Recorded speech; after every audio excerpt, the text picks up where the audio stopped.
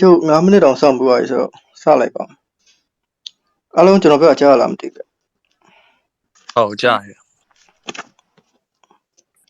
ခဏနော်ကျွန်တော်တခုပထမဦးဆုံးတောင်းဆိုချင်တာကျွန်တော်တို့အဲ့လိုဒီစာတင်တာပဲဖြစ်ဖြစ်ပြောနေတဲ့အချိန်ဆိုရင်ချက်လောက်တော့တန်လေးပိတ်ပြီးတော့ပေါ့နော်အားလုံးပဲမင်္ဂလာပါလို့ပထမဦးဆုံးပြောချင်ပါတယ်ဒီကျွန်တော်တို့ရဲ့ဒီ10ရက်ပြည့် English beginner class ကကြိုဆိုပါရစေကျွန်တော်နာမည်ကစွမ်းရင်ထပ်ပါကျွန်တော်ဆရာလို့ပဲခေါ်အကိုလို့ပဲခေါ်လို့ရပါတယ်ကျွန်တော်ဒီ10ရက်ပြည့် English အခြေခံသင်တန်းကိုသင်ကြားပေးမယ်လို့ပေါ့နော်ဆရာလုံးကျွန်တော်လည်းတွေ့ရမှာပါဒီအတန်းက beginner ဒီအခြေခံအတန်းဖြစ်တဲ့အတွက် English ကိုဘာမှနားမလည်လေကျွန်တော်ပြောချင်တာစိတ်မပူပါနဲ့ပုတ်ပဲလေးတာပေါ့နော်ဒါကလုံးဝအစကိုလေးလာမှာဖြစ်တဲ့အတွက်ကြောင့်ဒါကျွန်တော်တစ်ချက်ချင်းသွားပါအဓိကတော့ကျွန်တော်ပြောရတာလိုက်နာပေးဖို့လိုအပ်ပါတယ်ကျွန်တော်တင်သွားတာပြောရတာလေးဒီလောက်ခိုင်းတာလေးလိုက်နာဖို့လိုအပ်တယ်ပေါ့နော်တော်တော်များကျွန်တော်ဒီတင်တန်းအဲ့တဲ့ကမေးကြတယ်ဗာမေးကြလဲဆိုတော့ဒီ10ရက်နဲ့ဘယ်လိုတင်ပါလဲပေါ့နော်10ရက်နဲ့တင်လို့ရပါတယ်ကျွန်တော်အရင်တော့လည်းအများကြီးတင်ခဲ့ပြီးပဲပေါ့နော်အဓိကကျွန်တော်ဒီမှာတင်သွားမှာဒီအခြေခံမှာတည်ထားမယ့်ဝေါ်ဟာရတွေပြီးတော့ကျွန်တော်တို့ဒီ grammar တထားသဘောတရားတွေပြီးနောက်ဆုံးဒီရရင်တွားပြီးတော့ဒီမှာကျွန်တော်အခြေခံဆိုဘာမှမသိတဲ့လူတွေပါရင်ပါမယ်ပြောရင်လည်းသိမှာမဟုတ်ဘူးပေါ့နော်တချို့အရာတွေအဲ့တော့ပြောမယ်ဆိုရင်ကျွန်တော်နောက်ဆုံးဘယ်ထိတွားမလဲဆိုတော့ကျွန်တော်ဒီအခြေခံဒီနေ့စဉ်စကားပြောစာကြောင်းတွေရေးတက်ပြောတတ်တဲ့အထိတွားမှာပေါ့နော်အဓိကတော့လုံးဝရေးတက်သွားမယ် grammar လုံးဝအခုချိန်မှာကျွန်တော်တို့အလယ်လက်အဆင့်ရောက်နေတယ်ဆိုရင်တော့ဒီမှာ grammar အသေးစိတ်ကိုလုံးဝသိပါမယ်ပေါ့နော်အဲ့ဒါကျွန်တော်အာမခံပြီးတယ်ပြောတတ်တာကတော့ကျွန်တော်ဒီနောက်တစ်ဆင့်မှာပို့ပြီးလေ့လာမှာပေါ့နော်ပြောတတ်တာတော့အခြေခံလောက်ထိတော့ပြောတတ်ပါမယ်ရေးတတ်တာကျွန်တော်အခြေခံလုံးဝနေ့စဉ်စကားပြောတွေရေးတတ်ပါမယ်နည်းနည်းကျွန်တော်စီးမြင့်လေးတွေပြောပြချင်တယ်ပေါ့နော်တင်တဲ့အခါမှာတင်တန်းကိုနောက်ရက်ကျရင်အချိန်မီလေးလာပေးပါမိနစ်40ပဲဖြစ်တဲ့အတွက်ပေါ့နော်ကျွန်တော်မိနစ်40ဆိုတော့လည်းခဏလေးပဲဒီ10ရက်ပဲကျွန်တော်တေချာလုပ်လိုက်ရင်ဒီတင်တန်းရပါမယ်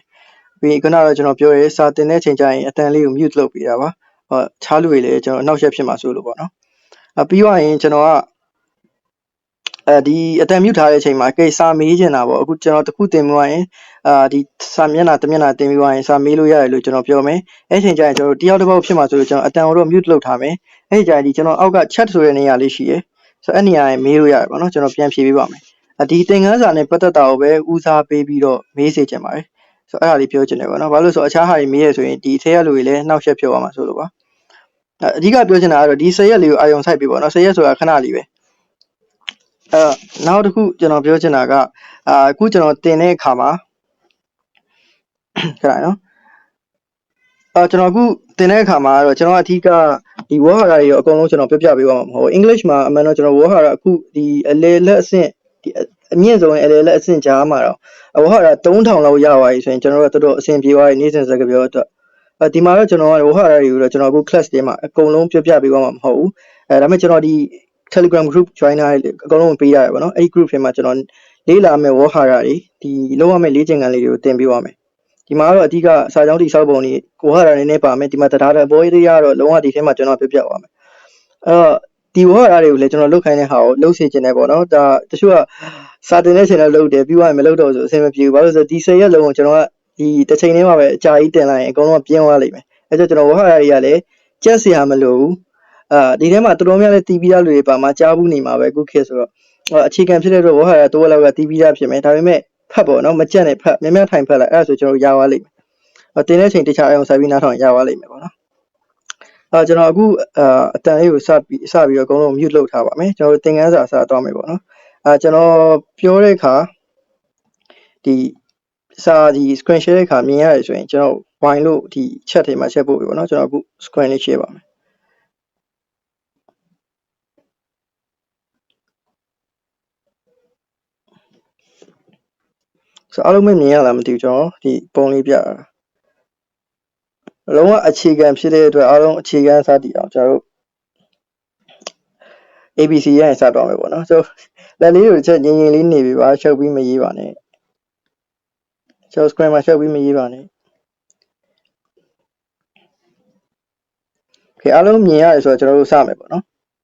ဆိုတော့ ABCD ဘာလို့စပြီးတင်လဲဆိုတော့အခြေခံမှုလို့စတင်တာပြီးတော့ဒီမှာကျွန်တော်တို့အတန်တွက်တွေတော်တော်များမှားတဲ့စကားလုံးလေးရှိတယ်အဲ့ဒါလေးပဲတစ်ခါလေးမမှားအောင်ပေါ့နော်โอเคဒီပုံမှာရေးရတဲ့ALPHABET ဆိုတော့ alphabet လို့ကျွန်တော်တို့အတန်ထွက်တယ်ဆိုတော့တခုပြောချင်တာရှိသေးတယ်အဲ့ဒါအရေးကြီးဆုံးပဲအခုသင်ခန်းစာတွေလေ့လာသွားတဲ့အခါမှာတချို့နားမလည်အပိုင်းလေးပါရင်ပါလာလိမ့်မယ်ဘာလို့လဲဆိုတော့ဒီသင်ခန်းစာတွေကဘယ်လိုပြောမလဲအပိုင်းလေးတွေခွဲပြီးသင်မိမှာမဟုတ်လို့ပေါ့နော်ဒါပေမဲ့ပထမရက်တွေဒုတိယရက်တွေမှာတော့တခြားလေ့လာရင်လိုက်မှတ်ထားပေးပါအကုန်လုံးတော့နားလည်သွားမှာမဟုတ်ဒါပေမဲ့နောက်ရက်သင်ခန်းစာတွေပေါင်းလေ့လာတဲ့အခါမှာဒီဟာတွေအကုန်လုံးကနားလည်သွားလိမ့်မယ်ပေါ့နော်ပြောချင်တာတော့အစာပိုင်းလေ့လာတဲ့အခါမှာနားမလည်တဲ့အပိုင်းလေးပါမယ်ဒါကိုခဏဒီတိုင်းပဲလိုက်မှတ်ထားပေးပါအဲ့ဒါလေးပြောချင်ပါတယ်ဆိုတော့ alphabet ရဲ့အဓိပ္ပာယ်ကျွန်တော်တို့အက္ခရာပါEnglish မှာကျွန်တော်အလွယ်တကူမှတ်မယ်ဆိုရင် S ထည့်လိုက်အများကိန်းလို့မှတ်တယ်ပေါ့နော်အခုဒီတိုင်းလိုက်မှတ်ထားပြီပါအဲ့တော့ alphabet အက္ခရာများပေါ့နော်ဒါအက္ခရာများဆိုတာဒီဟာတွေအကုန်လုံးကိုကျွန်တော်တို့ပေါင်းပြီးခေါ်လိုက်တာ A to Z စုစုအောင်ကျွန်တော်တို့ English မှာအက္ခရာ26လုံးရှိတယ်တစ်လုံးချင်းစီကိုပြောချင်တယ်ဆိုတော့ကျွန်တော်တို့ letter letter လို့သုံးတယ်ဒီကျွန်တော်တို့ဒီစကားလုံးတွေကိုဒီစလုံးလေးတွေကိုဒီမှာစလုံးလေးတွေပေါင်းပြီးတော့ကျွန်တော်တို့ WORD word ဆိုတဲ့စကားလုံးဖြစ်မယ်ဒီစကားလုံးကိုပေါင်းပြီးတဲ့အခါကျမှကျွန်တော်တို့စာကြောင်းဆိုတာဖြစ်လာမှာဒီစာလုံးတွေကိုကျွန်တော်တို့ကစသိရမယ်ကျွန်တော်အတန်ထွက်လေးတွေတစ်ခုတစ်ခေါက်ထွက်ပြမယ်ပေါ့နော်ဒီ group ထဲမှာလည်းကျွန်တော်ပို့ပေးမယ်အတန်ထွက်တွေပြန်ပြီးလေ့လာရအောင်ပထမကျွန်တော်တို့ A ဒါလူတိုင်းမှန်တယ်နောက်တစ်ခုက B ပြီးရင် C D E ဒီဟာအကုန်လုံးမှန်နေတယ် A B C D E ဘယ်မှာစမှာလဲဆိုတော့ F မှာစမှာလဲဆိုတော့သူကအတန်ထွက်စမှတ်ပြီးရဖြစ်အောင်ကျွန်တော်များအာရေးကတ S ဆိုပြီးတော့ပဲအတန်ထွက်ကြတယ်ဒီနေရာမှာကျွန်တော်တို့ကဒီ English လို့ပြောရပဲဘယ်နိုင်ငံမှာပဲဖြစ်ဖြစ်ပေါ့နော်ဒီ US ပဲဖြစ်ဖြစ် UK ပဲဖြစ်ဖြစ်သူထွက်တဲ့အခါမှာဒါ F ဆိုပြီးတော့မရက်လာ F ဆိုပြီးတော့ဒီ fa အတန်ထွက်တယ်ပေါ့နော် F ဒါလေးလိုက်မှတ်ထားပေါ့နော်ဒီpoint နောက်တစ်ခုကျွန်တော်တို့ G အဲ့ဒါလည်းမှန်နေတယ်ဒီမှာမှားတယ်သူက8ဆိုပြီးအတန်ထွက်တယ်သူက8လို့အတန်မထွက်တော့ကျွန်တော်နောက်မှာချဆိုတဲ့အတန်လေးပါတယ် H လို့အတန်ထွက်တယ်နောက်မှာချဆိုတဲ့အတန်လေးလိုက်တယ် H ပြီးရင် I J ပြီးရင်ဒါကိုကျွန်တော်တို့K လို့လည်းထွက်လို့ရတယ်ဒါမှမဟုတ်ဒီကာကွေးနဲ့ခါကြီးကြားအတန်လေးကိုထွက်လို့ရတယ် K ဆိုပြီးတော့လုံးဝကကြီးအတန်ကြီးပဲပြက်ကြီးမထွက်လိုက်နေပေါ့နော်K ဆိုပြီးတော့ထွက်ပြပါဒီကာကြီးနဲ့ခါကွေးကြားအတန်လေးရတယ်ဒါမှမဟုတ်အဲ့လိုရှုပ်တယ်ဆိုရင်ခါကွေးတန်ကောက်ထွက်လိုက်လေရတယ် K ဆိုပြီးတော့နောက်တစ်ခုဒါကို A ဆိုပြီးထွက်ကြတယ်A မဟုတ်ကျွန်တော်လာအတန်ပါတယ်ရှာလေးကိုလက်ရမှာ L လို့အတန်ထွက်တယ်ပေါ့နော်နောက်တစ်ခု M လဲ M ကကြောက်ဒါပါဇက်ပိတ်မယ်နော်ဒါပါဇက်ပိတ်မယ်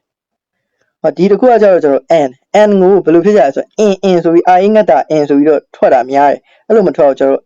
N လို့ထွက်ရတယ်နားငယ်တန်းနဲ့ထွက်ရတယ်အာအင်းငတ်တာ N အဲ့လိုပုံစံမျိုးထွက်တယ်ပထမစာကြောင်းဒီကျွန်တော်ပြန်ပြောပြမယ်ပေါ့နော် A B C D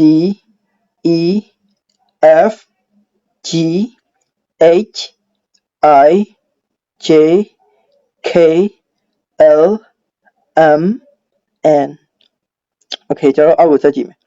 အောက်မှာ O ဒါလည်းတော်များမှန်တယ်ပြီးရင် P ဒီက P လို့အတန်ထွက်တယ်ပါးစောင်းနဲ့ဖောက်ထုတ်ကြားအတန်လည်းထွက်လို့ရတယ်ဒါမှမဟုတ်ဖောက်ထုတ်လုံးတင်းဆန်ခတ် P ဆိုပြီးတော့လည်းထွက်လိုက်လို့ရတယ်ဒါကိုကြိုက်တဲ့ပုံစံထွက်ပေါ်တော့ခုန K လိုမျိုးပဲ P ဆိုပြီးတော့ပါးစောက်တန်ရင်းနဲ့ပဲမထွက်နေပေါ့နော်ဒါအတန်ထွက်ပြီးခြင်းပြောတာနောက်တစ်ခုမှာက Q ခါခွေခရာခေါ်အင်းနဲ့ချောင်းနေ UQ ဒီလိုမျိုးကျွန်တော်တို့ထွက်တယ် QQ ဆိုပြီးတော့မထွက်နေပေါ့နော်မှားတယ်ကျွန်တော်များ QQ ဆိုပြီးထွက်လိုက်တယ်ပြီးရင် R လည်းအဲ့လိုအမျိုးပဲရှာလေးလိပ်ပြရတယ် L လိုမျိုးပဲ R ကိုအဲ့ချာ R ဆိုပြီးပြက်ကြီးမထွက်ဘူး R ဆိုပြီးအတန်လိပ်ပြီးထွက်ပြရတယ်ပြီးရင် S လည်းမှန်ကြတယ်ပြီးရင် T ကိုလည်းကျွန်တော်တို့ဒီတောင်းမှုနဲ့ထားစင်သူကြားအတန်တော့မဟုတ်ထားစင်တို့ရဲ့လုံးတင်းဆန်က T ဆိုပြီးတော့ထွက်လိုက်လို့ရတယ်ပြီးရင် U ကတော့မှန်ကြတယ်ပြီးရင်ဒီမှာမှားပြန်အောင် V ကိုဘွီဆိုပြီးတော့တချို့ထွက်ကြရတယ်ပေါ့နော်လိုမျိုးဘာထချိုက်လုံးတင်းဆန်ကဝက်ဆွဲလုံးတင်းဆန်ကဘွီဆိုပြီးထွက်ကြတယ်အဲ့လိုမျိုးမဟုတ်ဘူးเนาะကျွန်တော်တို့ V ဆိုပြီးအတန်ထွက်တယ်နည်းနည်း practice လုပ်ရမယ်လေ့ကျင့်ရမယ်ပေါ့နော်အတန်ထွက်မှားတဲ့လူတွေကတော့ no V ဆိုပြီးအတန်ထွက်ပါတယ်နောက်တစ်ခုကကျွန်တော်တို့ W ဒါကိုကျွန်တော်တို့ W ဆိုပြီးတော့ထွက်ကြတယ် W မဟုတ်ကျွန်တော်တို့တော်တော်များအခုသိကြပါပါ double နှစ်ဆကိုပြောတာ DOUBLE W လို့အတန်ထွက်ပါတယ်ဒီဟာကျွန်တော်တို့ထပ်မှားကြတယ်ဒါကိုလေအဲ့ဒါကိုကျွန်တော်တို့ကဒီဟာနဲ့မှားတာပါ S နဲ့မှားတာပါ S လို့အတန်ထွက်ဒါ X လို့အတန်ထွက်တယ်ပြောရမယ်ဆိုရင်ကျွန်တော်တို့ ပတ်စံကိုအတန်ထွက်တယ်ကျွန်တော် English မှာပတ်စံကို AXE လို့အတန်ထွက်တယ် X အဲ့ဒီစကားလုံးနဲ့အတန်ထွက်သွားစင်တယ်AXE X ဆိုတာပတ်စံ X ဆိုတော့အာရေးကတာကို X ကိုစာလုံးတန်လေးထွက်လိုက်တာပေါ့နော်နောက်တစ်ခုကျွန်တော်တို့အလွယ်တကူပြောမှာကျွန်တော် U ကို EGGX U လို့ခေါ်တယ်အဲ့တော့ S အတန်ထွက်လိုက်လို့မျိုး X နောက်တစ်ခုကကျွန်တော်တို့ Y နောက်တစ်ခုကကျတော့အတန်2မျိုးထွက်ကြတယ်တချို့က Z လို့လည်းထွက်ကြတယ်တချို့က Z လို့လည်းထွက်ကြတယ် ZEEZ လို့လည်းထွက်ကြလို့ ZED Z လို့လည်းထွက်ကြတယ်ကိုကြိုက်လို့ထွက်ပါအဲ့ဒါအဆင်ပြေပါတယ်အဲ့တော့အောက်ဆုံးကျအောင်ကျွန်တော်အတန်ထွက်ပြန်ထွက်ပြမယ် O P Q R S T U V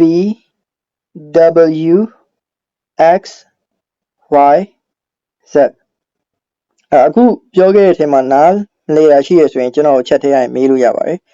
နားလေရဆိုရင်လည်းကျွန်တော်ဝိုင်းလို့ပြောပါကျွန်တော်နောက်တင်ငန်းစာဆက်တက်ပါမယ်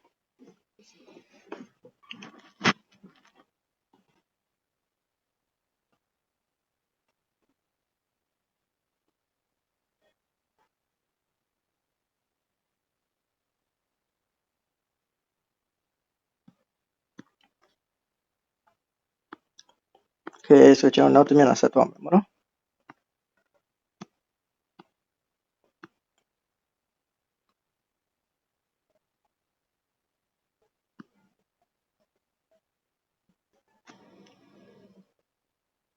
ဆိုကျွန်တော် screen share တာမြင်ရလားမသိဘူးမြင်ရဆိုကျွန်တော်ဝိုင်းလို့ချက်မှတ်ပြီးပါ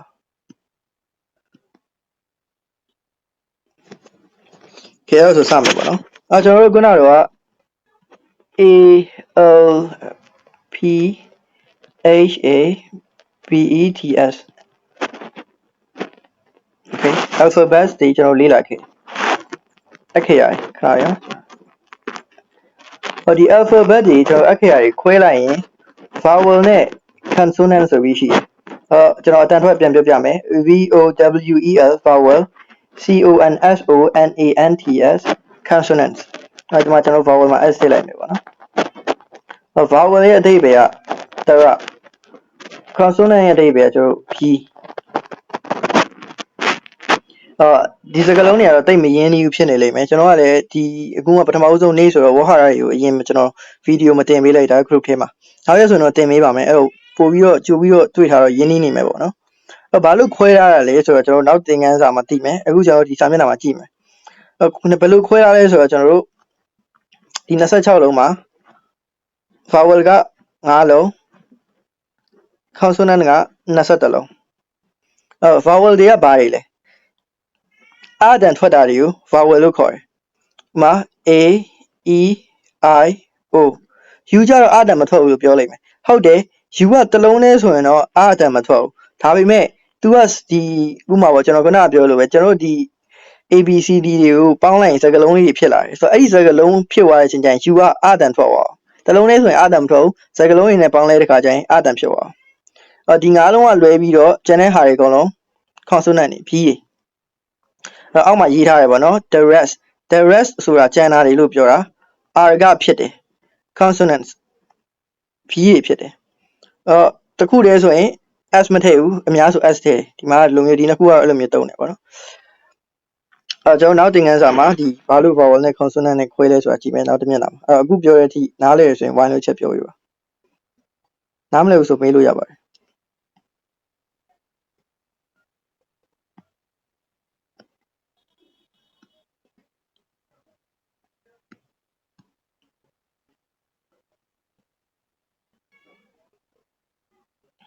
ဟုတ်ပြီကျွန်တော်တို့နောက်တစ်မျက်နှာဆက်ကြည့်မယ်ပေါ့နော်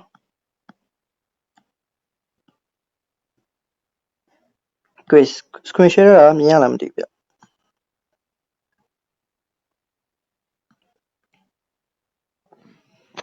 ကဲခုနကတော့ vowel နဲ့ consonant ဘာလို့ခွဲလဲဆိုတာပြမယ်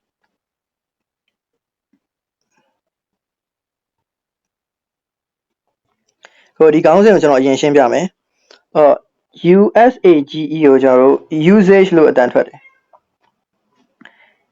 usage ရဲ့အသေးပဲကျွန်တော်တို့အသုံးပြုပုံနားလီနော် သုံးပြုပုံဆို off ကကျွန်တော်ရဲလို့အသေးပဲရတယ်ရဲတော့မဟုတ်ကျွန်တော် e ပေါ့သူကသူ့ရဲ့နောက်မှာလိုက်တဲ့စကားလုံးရဲ့ပိုင်ဆိုင်ခြင်းကိုပြတယ်သူ့ရဲ့နောက်မှာလိုက်တဲ့စကားလုံးက a n a n ဒီ n ရဲ့အသေးပဲနှစ်ဆို a နှစ်ဒီ a n ဆိုတဲ့အတန်ထွက်ကိုလေ i နဲ့တာ n လို့ပဲအတန်ထွက်တယ်ဆို a နှစ် n ရဲ့အသုံးပြုပုံလို့အသေးပဲရတယ်ဆိုတော့ကျွန်တော်ပြောတယ် o ကသူ့ရဲ့နောက်မှာလိုက်တဲ့စကားလုံးရဲ့ပိုင်ဆိုင်ခြင်းကိုပြတယ်ဥပမာ a နဲ့ n မဟုတ်ဘူးအနောက်မှာကျွန်တော်တို့မောင်မောင်ဝင်ထားလိုက်off မောင်မောင်ဆိုရင်မောင်မောင်ရဲ့ဟော a n n ဆိုတော့ a နဲ့ n ရဲ့လိုမျိုးသွားတယ်ဒီကတော့ကျွန်တော် off ရဲ့အသုံးပြုပုံပြပြလိုက်တာa နဲ့ n ကိုဘယ်လိုအခြေအနေမှာသုံးလဲဆိုတော့ English ဒီစကားလုံးတွေကိုကျွန်တော်တို့တစ်ခုတစ်ကောင်တစ်ယောက်လို့ပြောချင်တဲ့အခါမှာ a နဲ့ n ကိုသုံးတယ်ဥပမာကျွန်တော်တို့ cat cat ဆိုရင်ကြောင်cat ဆိုရင်ကြောင်တစ်ကောင်ပေါ့ဒီလိုမျိုးပေါ့ကြောင်လို့ပဲပြောလိုက်တယ်ကျွန်တော်ကြောင်တစ်ကောင်လို့ပြောချင်တယ်ဆိုရင် cat လို့သုံးတယ်ဒီမှာပြောစရာတစ်ခုရှိလာမှာ a နဲ့ n ကိုတစ်ခုတစ်ကောင်လို့ပြောရဆိုဘာလို့1ကိုမသုံးလဲဆိုပြီးတော့ပေါ့အားလုံးသိကြမှာပါ1ဆိုတာတစ်လို့ပြောတာအဲ့တော့ cat လို့မသုံးဒီကျွန်တော် cat လို့မပြောဘဲနဲ့1 cat လို့ပြောလို့မရဘူးလားဆိုတော့ရတယ်ဒါပေမဲ့နောက်ပိုင်းကျရင်တော့သုံးပါများသွားရင်တော့ပို့ပြီးနားလည်သွားမယ်ပေါ့နော်အခုအချိန်ဒီမှာတော့ကျွန်တော်ပြောချင်တာပုံမှန်ကျွန်တော်တို့ English စာကြောင်းတွေရေးမယ်ဆိုရင် an နဲ့ပဲသုံးရတယ်တစ်ခုဆိုရင်1 2 3ဆိုတာကျွန်တော်ကိန်းကနန်းကိုအဓိကပေါ်ပြခြင်းတဲ့အချိန်ကျရင်သုံးရတာဥပမာငါမှစာအုပ်တစ်အုပ်ရှိရယ်ငါမှအကိုတစ်ယောက်ရှိရယ်ငါမှအမတစ်ယောက်ရှိရယ်ဒီလိုမျိုးကျွန်တော်ပုံမှန်ပြောမယ်ဆိုရင်ဥပမာပေါ့ငါ့ကိုခဲတဲ့တစ်ချောင်းလောက်ပေးပါလားဒါဒီလိုမျိုးပုံစံဆိုရင်ဒါပုံမှန်ဒီကကျွန်တော်ဒီလိုပုံမှန်စာကြောင်းတွေဆို an နဲ့ပဲသုံးရတယ်အရင်ကျွန်တော်ကဏ္ဍအတိအကျကိန်းကဏ္ဍအတိအကျပြောမှတာ1တို့2တို့သုံးတာအခုတော့ဒီတိုင်းလိုက်မှတ်ထားပါတော့နောက်ပိုင်းစာကြောင်းတွေသုံးတဲ့အချိန်ကိုက auto သိသွားလိမ့်မယ်သုံးတဲ့စာကြောင်းပုံမူတည်ပြီးတော့1ကိုသုံးမလား a နဲ့ n ကိုသုံးမလားa နဲ့ n နဲ့ဘယ်လိုခွဲလဲဆိုတော့တစ်ခုတစ်ကောင်ပြောရအောင်ကျွန်တော် a နဲ့ n နဲ့ကအနောက်မှာလိုက်တဲ့စကားလုံးရဲ့အတန်ထွက်ပုံမူတည်ပြီးတော့ a နဲ့ n ကလိုက်တယ်ပုံမှန်ဆိုရင်တော့ a e i o u နဲ့စတဲ့စကားလုံးတွေကအတန်ထွက်တယ်အဲ့တော့ a e i o u နဲ့စရင်အများတော့အဖြစ် a n n ကိုကျွန်တော်တို့ကအရှိမထားရတယ်ပေါ့နော်ဒါပေမဲ့အဓိကတော့ကျွန်တော်တို့အတန်ထွက်ရင်ဆိုတော့အတန်ထွက်ရင်ကျွန်တော် n ကိုသုံးတယ် an n ကရင်ကျွန်တော်စပြီးရှင်းပြမယ်အနောက်မှာလိုက်တာ apple apple ဆိုတော့ apple ဆိုတာကျွန်တော်တို့ပန်းသီးကိုပြောတာ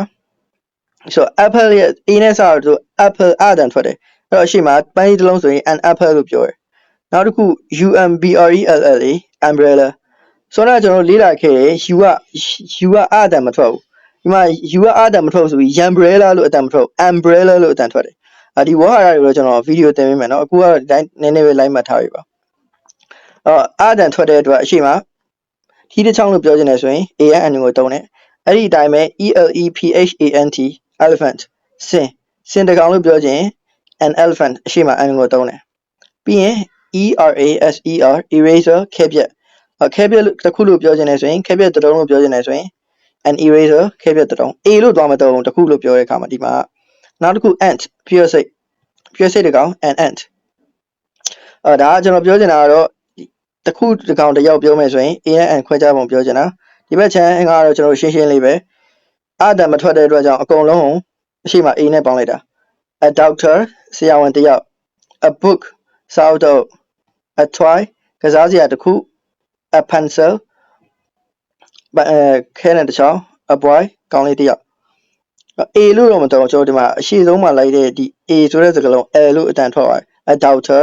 a book ဟုတ်ဒီမှာတစ်လုံးချင်းစီခွဲပြီးတန်မထွက် a doctor a book လို့အတန်မထွက်ဘူးเนาะ a doctor a book a toy ဒီလိုမျိုးအတန်ထွက်တယ်အတန်ထွက်ပါတစ်ခါလေးမှတ်ထားပြီပါဒါပေမဲ့ English မှာချွင်းချက်ဆိုတာရှိတယ်ကျွန်တော် English မှာအကုန်လုံးချွင်းချက်တွေကျွန်တော်အများကြီးလိုက်မှတ်ကြမယ်ပုံတင်နီးလိုက်မှတ်လို့မရဘူးဒီမှာလည်းကျွန်တော်တို့ an n သုံးတဲ့နေရာမှာလည်းချွင်းချက်ရှိတယ်ချွင်းချက်တွေကဒီဘက်ချမ်းမှာပြရတယ်ပထမဦးဆုံးတစ်ခုကျွန်တော်တို့ကြည့်မယ် hour ဆိုပုံမှန်အဖြစ် h နဲ့စရဆိုတော့ hour လို့ထွက်မိကြမယ်ဒီထဲမှာလည်းထွက်မိတဲ့လူရှိကောင်းရှိနိုင်တယ်ဒါတော့ကျွန်တော်တို့ hour လို့မထွက်ဘူး hour လို့အတန်ထွက်တယ်အတိတ်ပဲကတော့နာရီပေါ့နော်1 hour ဆိုရင်တစ်နာရီ2 hour 2 hours 2နာရီ3 hours 3နာရီဒီလိုမျိုးအတန်ထွက်တယ်ဒီမှာဆိုရင်ကျွန်တော်တို့တစ်နာရီကို an hour လို့ထွက်တယ် an hour လို့ a နဲ့ရှိမှသွားမတော့နော် n နဲ့တုံးတယ် an hour တစ်နာရီ ဘယ်တန်လေးကျွန်တော်ချက် mute မယ်နော် ဘယ်လိုပြောရလဲ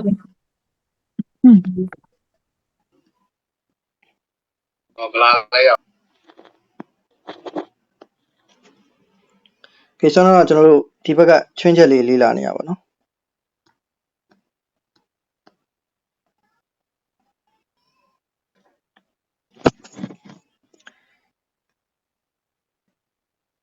ကျွန်တော်ဒီခုနကတော့ဒီ hour ကိုရှင်းပြတာပြီးသွားတဲ့အထိကြားလိုက်ရတယ်မလားဗျကြားရဆိုချက်တော့ wine လို့ကျွန်တော်ပြောပြပါ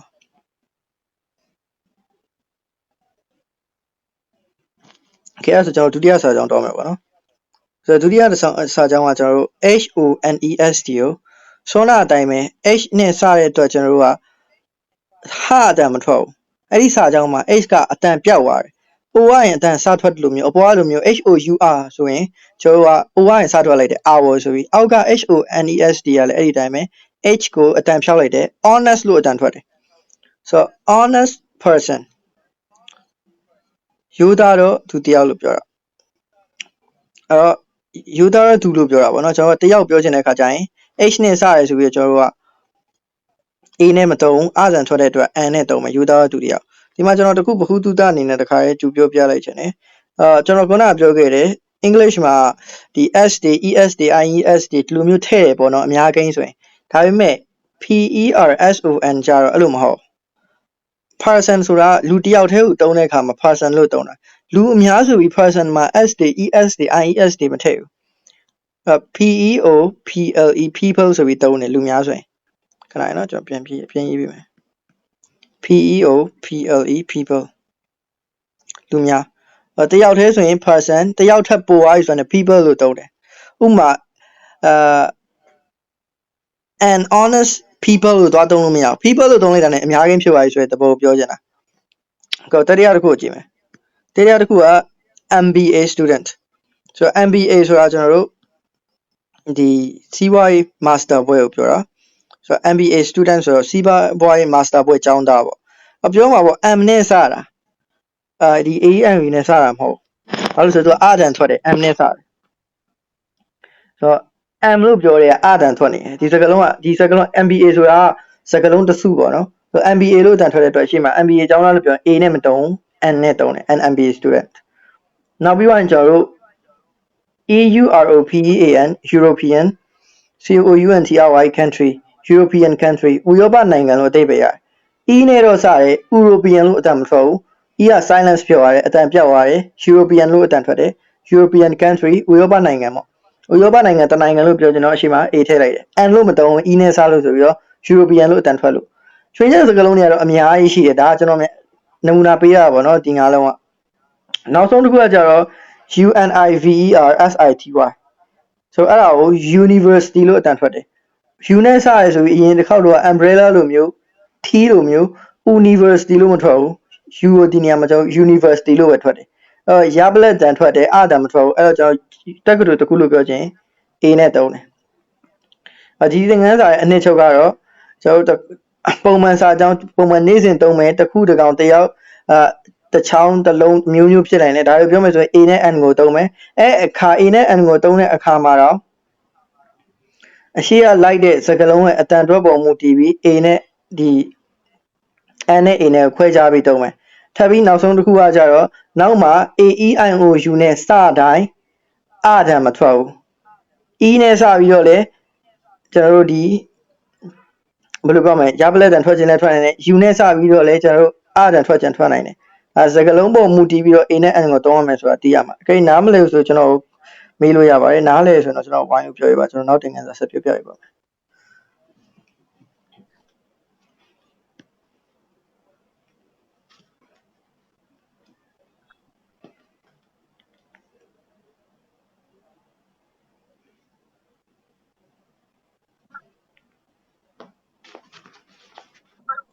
မြင်ရလားမသိဘူးဗျ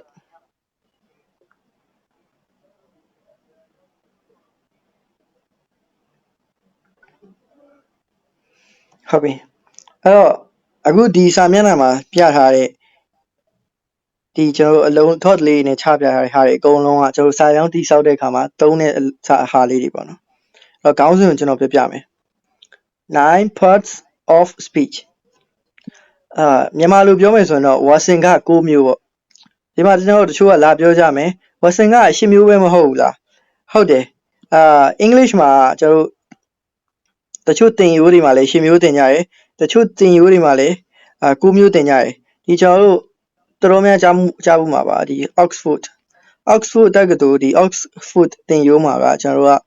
9 parts of speech နဲ့သင်တယ်ဝါစင်က6မျိုးနဲ့သင်တယ်ဘာတစ်ခုကိုပို့ပြီးခွဲထုတ်လိုက်တာလဲဆိုတော့ဒီ determiner ဆိုရက်ဆုံးဖြတ်ပေးတဲ့စကားလုံးလေးပေါ့နော်ဆုံးဖြတ်ပေးတဲ့စကားလုံးလေးတွေကိုခွဲထုတ်လိုက်တယ်အဲ့အတွက်တစ်ခုပို့သွားတယ်ဘာမှမပြောင်းလဲဘူးကျွန်တော်ပထမဦးဆုံးဒီကပြမယ်9မျိုးနော်1 2 3 4 5 6 7 8 9ပထမဦးဆုံးတစ်ခုက noun noun ဆိုတာ noun လို့ပြောတာနောက်ကျရင်ကျွန်တော်တစ်ခုချင်းစီခေါင်းစဉ်တစ်ခုချင်းစီကိုရှင်းပြပေးပါမယ်အခုသူတို့ရဲ့မြန်မာလိုအဓိပ္ပာယ်လေး line နံပါတ်ပေးတာပေါ့နော်ဒုတိယတစ်ခုက pronoun ရဲ့အဓိပ္ပာယ်ကနာမ်စာတတိယတစ်ခုက adjective အဓိပ္ပာယ်ကနာမဝိသေသနဒါမြန်မာဒရာမာလေးသင်မှုပါတယ်အကုန်လုံးနံပါတ်4ခုမြောက်က verb ကရိယာ5ခုမြောက် adverb ကရိယာဝိသေသနဒါမြန်မာလိုဒီတိုင်းတိအောင်ပြောပြတာနော်မပြောပြလိုက်မသိပဲဖြစ်သွားမှာဆိုလို့preposition ဝိဘတ် conjunction စကားဆက် interjection ကျွန်တော်အာမေဒိတ်ကျွန်တော်ဒီ exclamation mark လိုမျိုးစာလုံးလေးတွေဒီဟော interjection လို့ခေါ်ရပါတော့ interjection ဆိုတာစကားလုံးပဲရိုးရိုးစကားလုံးမဟုတ်ဥပမာကျွန်တော်နမူနာပြောရင်ကျွန်တော်အားလုံးကြားဘူးမှာပေါ့ wow လို့ပြောရင်ကျွန်တော်အနောက်မှာဒီလို i ပြောင်းပြန်ပုံစံလေး exclamation mark လေးထည့်လိုက်တယ်တလူစကားလုံးကိုကျွန်တော်က interjection လို့ခေါ်တာ determiner ဆိုတာကတော့ဆုံးဖြတ်ပေးတဲ့အရာဘယ်လိုမျိုးလဲဆိုတော့စောနာကျွန်တော်လေ့လာခဲ့ A နဲ့ N ဒါကကျွန်တော်ဥပမာကြောင်ပေါ့ဘာကြောင်လဲကြောင်တစ်ကောင်ခွေးဆိုရင်လည်းခွေးတစ်ကောင်ပေတံဆိုရင်လည်းပေတံတစ်ချောင်းတစ်ခုဆိုပြီးတော့ तू ကဆုံးဖြတ်ပေးလိုက်တာတိကျအောင်အခြားစကားလုံးတွေလည်းရှိတဲ့ determiner မှာ there တို့ few တို့ some တို့ဒါတော့နောက်တင်ခန်းစာတွေမှာလေ့လာရမယ်အခုကတော့ဒီစာမျက်နှာမှာကျွန်တော်တို့သိရမှာဒီကျွန်တော်ဒီအပေါ်ခေါင်းစဉ်ရဲ့အဓိပ္ပာယ်လို့ရှင်းပြဖို့ကြံခဲ့တယ်9ဆိုတာကို parts ဆိုတာအစိတ်အပိုင်းတွေကိုပြောတာ of က of ကသူ့နောက်မှာလိုက်တဲ့စကားလုံးရဲ့ပိုင်ဆိုင်ခြင်းကိုပြတယ်အဲ့တော့နောက်မှာလိုက်တဲ့စကားလုံးက speech ကသူ့ရဲ့အဓိပ္ပာယ်စကားပြောစကားပြောရဲ့အစိတ်အပိုင်း9မျိုးလို့အဓိပ္ပာယ်ရတယ်ပြောချင်တာကျွန်တော်တို့စာကြောင်းတွေပြောလုပ်မယ်ဆိုရင်စကားပြောရမယ်ဆိုရင်ဒီ noun တွေ pronoun တွေ adjective တွေ verb တွေ adverb တွေကိုသုံးရတာလောလောဆယ်ဒီကဏ္ဍစာမှာဒီ9မျိုးရှိရဆိုတာရယ်သူတို့မြန်မာလိုအဓိပ္ပာယ်လေးတွေကိုဘ ഹു တုဒအနေနဲ့မှတ်လိုက်တာအဲ့တော့အခုသင်ခန်းစာမှာနားလေဆိုမှလို့ပြောပြပါနားမလည်ဘူးဆိုရင်ကျွန်တော်မေးလို့ရပါတယ်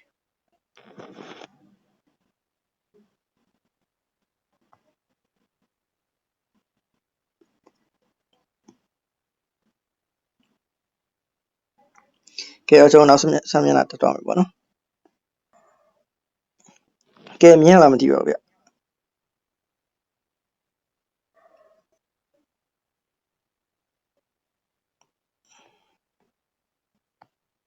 ဖြည်းဖြည်းပြောပြပါဆရာဟုတ်ကဲ့ပါအခြားသူတွေရောချက်ကြည့်ပြပါကျွန်တော်ပြောတာရမ်းမြန်သွားလားမသိဘူးဗျချက်တော့ပြောပြပါဗျ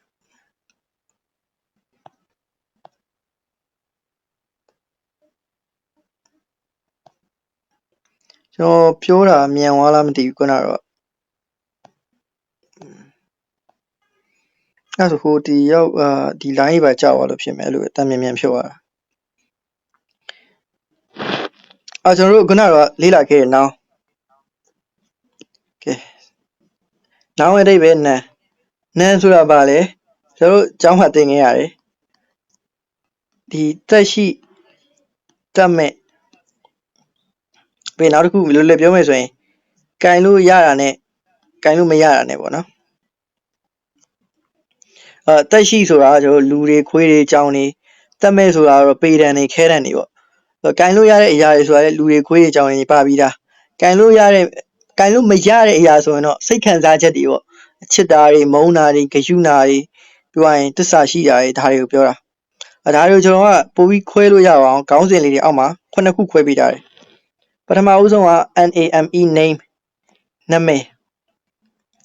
s ထည့်လိုက်တော့နာမည်များပေါ့ names ပေါ့ English မှာတခုတည်းရမှာနောက်စကားလုံးတစ်လုံးမှာနောက်ဆုံးမှာ s ပါတယ်ဆိုရင် s အတန်လိုက်ထွက်ပေးရတယ်name ဆိုရင်တော့ name လို့ပဲအတန်ထွက်တယ်ဒါပေမဲ့ s ပါရတဲ့အတွက် names နာမည်များဒီလိုမျိုးထွက်တယ်နောက်ဘက်ကျွန်တော်တို့ဒုတိယတစ်ခု people ကစောနာကျွန်တော်ပြောပြသွားပြီတယောက်တည်းဆိုရင် person person လူများပြောချင်တဲ့အတွက် people နောက်တစ်ခု place နေရာ s ပေါင်းလိုက်တော့ place ကငကိုတွေက s အတန်ထွက်နေပြီ place s အတန်ထွက်နေပြီအဲ့တော့ s ပေါင်းလိုက်တော့ place နဲ့ရက်လိုက်လို့မရဘူး places လို့အတန်ထွက်တယ် places places နောက်တစ်ခုက things things အရာများ places ကနေရာများအရာများဆိုတာတော့အရာဝတ္ထုများပေါ့နော်နောက်တစ်ခုက animals animals တရိษံများကျွန်တော် element မဟုတ်သူက animals element လို့ထွက်တာကြားဘူးလို့ element မဟုတ် animals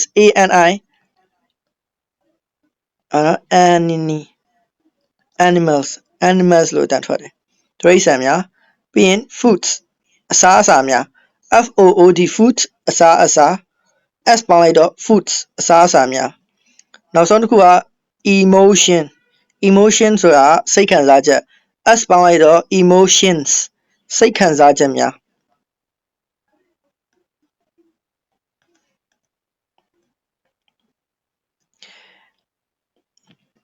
အဲ့တော့ကျွန်တော်တို့ဒီခေါင်းစဉ်တစ်ခုအောက်ကဟာလေးတွေကျွန်တော်ပြောပြရမှာပေါ့နော်နာမည်များတော့ကျွန်တော်ဒီအောက်ကဟာတွေကတော့အကုန်လုံးဥပမာတွေပါပဲအဓိကဒီစာမျက်နှာမှာသိရမှာနာမည်တွေပြီးတော့ကျွန်တော်တို့ဒီလူတွေပြီးတော့နာမည်ဆိုတာအများကြီးပါတယ်နော်နာမည်ဆိုတာမြို့နာမည်တွေပါတယ်နာမည်တွေအများကြီးပါတယ်လူနာမည်တွေမြို့နာမည်တွေကျောင်းနာမည်ခွေးနာမည်အကုန်လုံးဒါရဲ့နောင်းနေအဲ့တော့နာမည်တွေလူတွေနေရာတွေအရာဝတ္ထုတွေတရိษံတွေအစားအစာတွေစိတ်ခံစားချက်တွေဒါတွေအားလုံးကနောင်းနေလို့သိထားရမယ်နာမ်နေလို့သိထားရမယ်အဲ့တော့နာမည်တွေဆိုရင်ကျွန်တော်ဥမာမောင်မောင် Mary John နမူနာပေးထားတယ်ဒါရဲ့နာမည်အနောင်းနေနောက်ပြီးရင်လူတွေဖြစ်တဲ့ man ယောက်ျား woman မိန်းမ boy ကောင်လေးဒါရဲ့နောင်းနေနောက်တစ်ခုနေရာတွေမန္တလေးရန်ကုန်ဗကံဒါရဲ့နောင်းနေဖြစ်တယ်အနောင်းနေဖြစ်တဲ့အတွက်စောနာလိုမျိုးရှိမှာဒီဘယ်လိုပြောမလဲဒီနောက်စာမျက်နှာမှာအဲ့ဒါလေးလာမယ်ပေါ့နော်ဒီဘယ်လိုဟာတွေမှာကျွန်တော် A နဲ့ N သုံးမလဲဆိုတာလေးလေ့လာတခုတကောင်တယောက်ပြောတဲ့အခါမှာဘယ်လိုအခြေအနေမှာပဲသုံးလို့ရလဲဘယ်လိုအခြေအနေမှာတခုတကောင်တယောက်သုံးလို့မရလို့ဆိုတာနောက်စာမျက်နှာမှာလေ့လာမယ်ဒါတွေဖြစ်တဲ့အတွက်ကျွန်တော်နောင်းတွေကိုတည်ထားမှရနောက်တစ်ခု book chair pencil book ကစာအုပ် chair ထိုင်ခုံ pencil ခဲတံဒါတွေကနောင်းနေပြီးရင်တရိษံတွေဖြစ်တဲ့ cat ကြောင် dog ခွေး elephant ဆင်ဒါတွေကနောင်းနေဖြစ်တယ်ပြီးရင်အစားအစာ candy တကြားလုံးပြီးရင် lollipop စုပ်လုံးပြီးရင် apple bunny ဒါရဲ့နောင်းနေဖြစ်တယ်ပြီးရင် love အချစ် hate အမုန်း courage တတိပြီးအများကြီးပဲဒီလိုစိတ်ခံစားချက်တွေဒါတွေအကုန်လုံးကနောင်းနေဖြစ်တယ်အဓိကဒီသင်ခန်းစာမှာသိရမှာနောင်းနေကဘာတွေလဲဆိုတာကိုသိလိုက်ရမှာโอเคအဲ့ဒါကိုအခုပြောခဲ့တဲ့ဟာတွေမှာနားမလည်ရရှင်ကျွန်တော်မေးလို့ရတယ်နားလည်ရဆိုတော့ကျွန်တော်ဝိုင်းလို့ပြပေးပါနောက်တစ်မျက်နှာဆက်ကြည့်ပါမယ်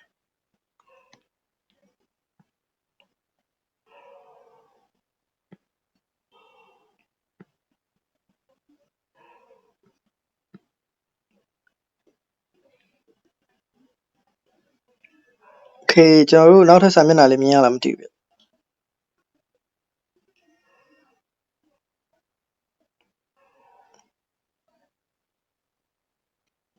ဝိုင်းလို့ပြောခိုင်းနေဆိုတာကျွန်တော်က yes ဆိုအရှိကြီးဖြော်မှာဆိုလို့မြန်မြန်ရေးလို့ရအောင်ဝိုင်းလို့ပြောခိုင်းတာပေါ့နော်ဝိုင်းဆိုတာ yes ကိုပြောခိုင်းတာတဘောပါ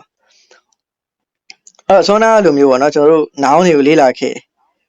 အဲ့ဒီ noun တွေမှာဆိုအနည်းကိန်းနဲ့အများကိန်းဆိုတာရှိတယ်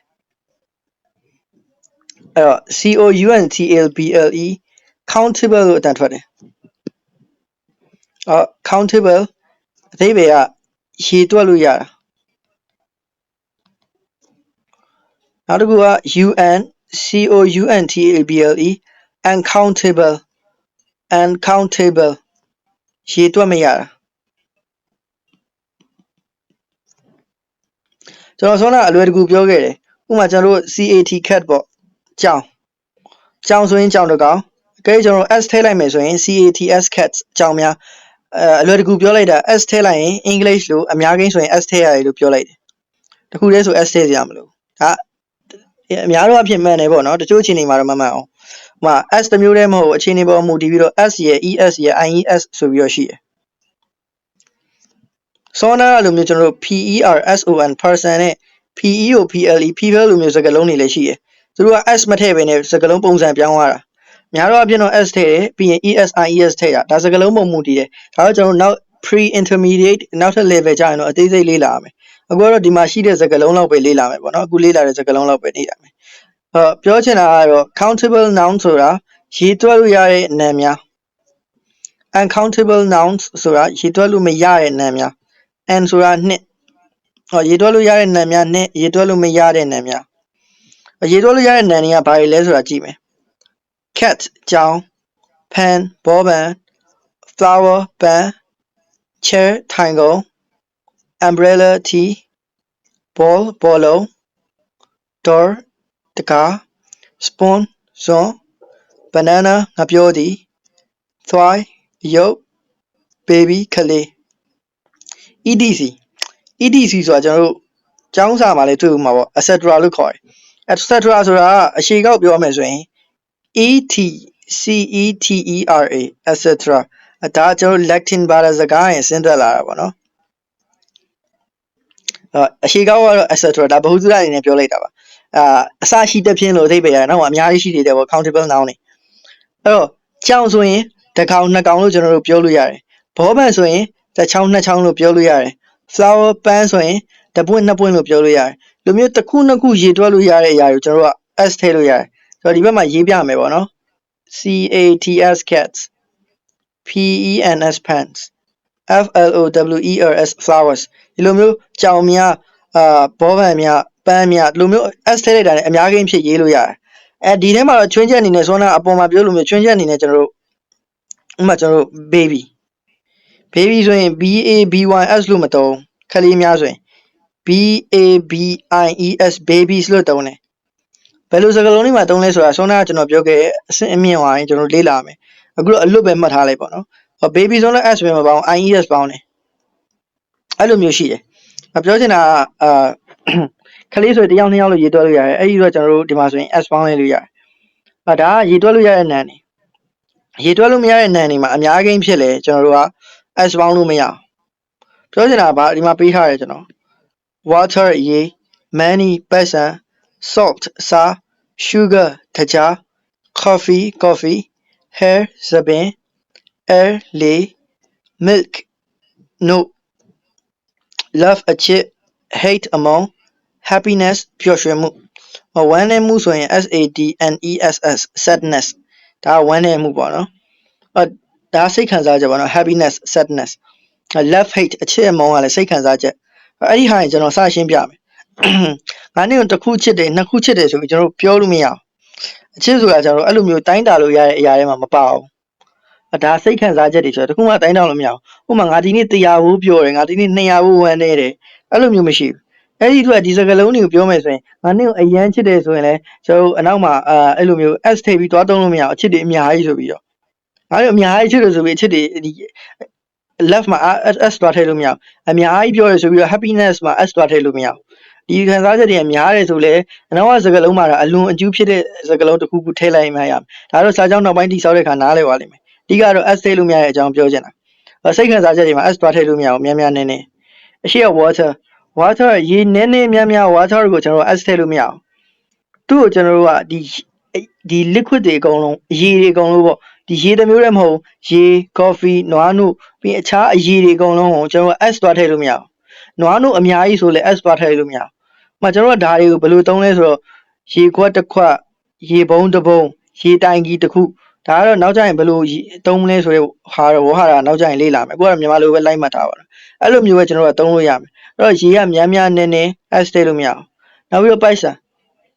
ဆံဆိုတာကလည်းတရွတ်နဲ့တရက်ကတန်ဖိုးမတူအဲ့တော့ပတ်စံများလို့ပြောချင်တဲ့အခါမှာ money ကို S တွားထည့်လို့မရအောင်ဒီဟာတွေက S တင်ထည့်လို့မရတာမဟုတ်ဘူးเนาะ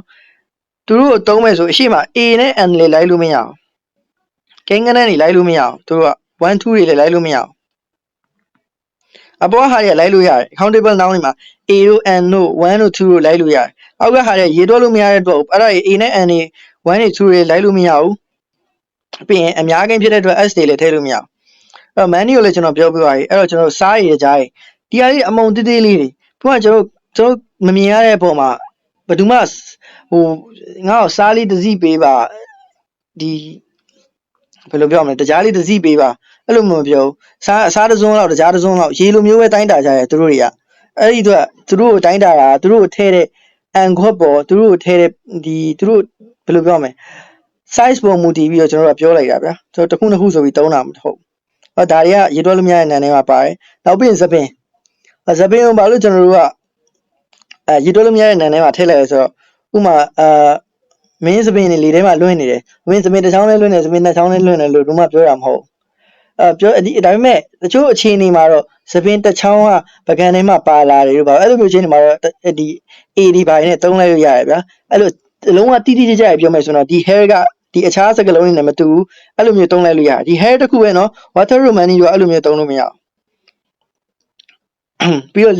လေဆိုတော့ကျွန်တော်မြင်ဦးမမြင်ရအောင်ဆိုတော့အဲ့ဒါပဲကျွန်တော်က A တွေပိုင်းနဲ့တွားလို့မရဘူးရေပုံစံမျိုးပဲဒါပေမဲ့လေကပိုတော့ဆိုးသေးတယ်ရေလိုမျိုးပမာဏရင်းနဲ့ကျွန်တော်မတုံးရေတစ်ခွက်လေတစ်ခွက်တို့လေတစ်ပုံးတို့ဘယ်သူမှမတုံးကြအောင်အဓိကကျွန်တော်ပြန်အနှစ်ချုပ်ပြပြမယ် countable noun နဲ့ uncountable noun နဲ့ဘာကြောင့်ခွဲလို့ထားလဲဆိုတော့ countable noun တွေက A N 1 2 3သူတို့တုံးတယ်အများကိန်းဆိုရင် S ထည့်လို့ရတယ် uncountable noun တွေကကြတော့အများကိန်းဆိုတာလဲကျွန်တော်တို့ရေများလို့ပြောချင်လဲ S ထည့်လို့မရဘူးစားများလို့ပြောချင်လဲ S ထည့်လို့မရဘူးဒီတိုင်းပဲတုံးတယ်ပြီးရင်သူတို့တစ်ခုနှစ်ခုဆိုရင်လဲကျွန်တော် AN 1 2တွေနဲ့သွားမတုံး hair ကတော့ချွင်းချက်ပေါ့နော်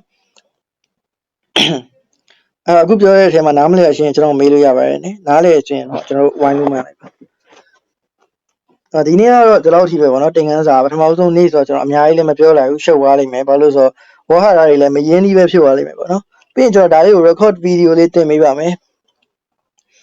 မနေ့ပြန်ကြရင်လည်းအချိန်မီ join ဖို့ပြောချင်တယ်ပေါ့နော်အခုတင်ခန်းစာလေးလာရတာဘယ်လိုနေလဲဆိုတာ SALT ကိုအတန်ထွက်ဘယ်လိုထွက်လဲဆိုတော့ salt လို့အတန်ထွက်ပါတယ်ကျွန်တော်ပြန်ထွက်ပြမယ်နော်တွေဆိုစလိုက်ရင် salt ကိုထဆင်နူအတန်ထည့်လိုက်တာ salt ဘယ်လိုပြောမလဲလာအတန်နဲ့ထဆင်နူအတန်နဲ့ပေါင်းလိုက်တာ salt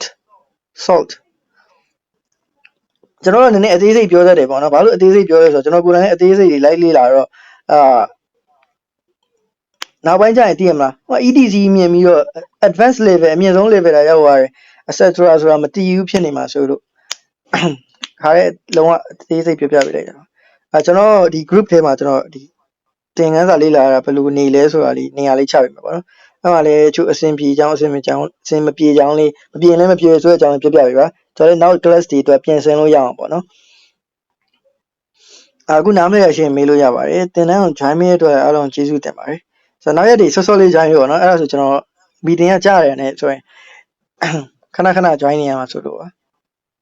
ပြီးရင်ကျွန်တော်နောက်တင်ခန်းစာအတွက်လည်းဝါဟာရတွေတင်ပေးပါမယ်အဲ့ဒီဝါဟာရတွေကိုလည်းနောက်အတန်းမ join ခင်မနေ့က9နိုင်မတိုင်ခင်ပေါ့နော်ဒီတိုင်းနားထောင်ရင်10မိနစ်2မိနစ်လောက်ပဲရှိတယ်ဝါဟာရလေးတွေအဲ့ဒီဝါဟာရအတန်ထွက်လေးတွေပဲလိုက်နားထောင်လိုက်ပြီးမှအတိတ်ပဲအတန်ထွက်ပေါ့နော်ကျွန်တော်တင်ပေးရမယ်လိုက်ဖတ်ထားလိုက်3-4ခေါက်လောက်ဖတ်ထားလိုက်ရပြီဒီ10ရက်လေးတော့ကျူးစားလေးလုပ်ပေးဖို့ကျွန်တော် request လုပ်ပါတယ်ဘာလို့လဲဆိုတော့ဒီ10ရက်ကျူးစားလိုက်ကျွန်တော်တို့အာမခံတယ်အင်္ဂလိပ်ဆိုတော့10ရက်အတွင်းတော့ဘယ်သူမှချက်ချင်းပြောတတ်မှာမဟုတ်အတန်ထွက်တွေဆိုတာကတော့လေးလာမှာပေါ့နော်ဒါပေမဲ့အခုအချိန်မှာတရားသဘောတရားတွေကိုတီချာလိုက်လို့တရားသဘောတရားနဲ့ဝါဟာရတွေနဲ့လုံးဝကျွမ်းရမယ်အခြေခံနေ့စဉ်စကားပြောလုံးဝ69%လောက်ရှိပြောတတ်စေရမယ်ဗျာအဲ့တော့အမှတ်ခံတယ်ဒါပေမဲ့တခြားလိုက်လို့ပြီပေါ့နော်အဲ့ဒီလောက်ပါပဲစာမေးတာလည်းမတွေ့ဘူးပေါ့နော်တကယ်အခုသင်ခန်းစာတွေကိုသတိရပါလို့နားမလည်လိုက်တာရှိရဆိုရင်ကျွန်တော်ဒီ Telegram group ထဲမှာကျွန်တော်အကန့်လေးထပ်ခွဲပေးရပါမယ်မေကွန်းမေးရန်ဆိုပြီးတော့အဲ့မေကွန်းမေးရန်မှာတော့မေကွန်းတွေပဲမေးပေးပါစကားပြောဖို့ကျွန်တော်တက်နေရာထားပေးရမယ်မေကွန်းမေးဖို့နေရာတစ်ခုထားပေးရမယ် Zoom link join ဖို့နေရာတစ်ခုထားပေးရမယ်ပြီးရင်နောက်ဆုံးတစ်ခုနေရင်ကျွန်တော်တို့ဒီ review လေးပေးဖို့နော်ကောင်းတာမကောင်းတာတွေတင်ရထားပေးရပါမယ်ဒီလောက်ပါပဲပေါ့နော်ကျွန်တော်ဒီနေ့ meeting လေးရတော့အားလုံးမင်္ဂလာညချမ်းလေးပါ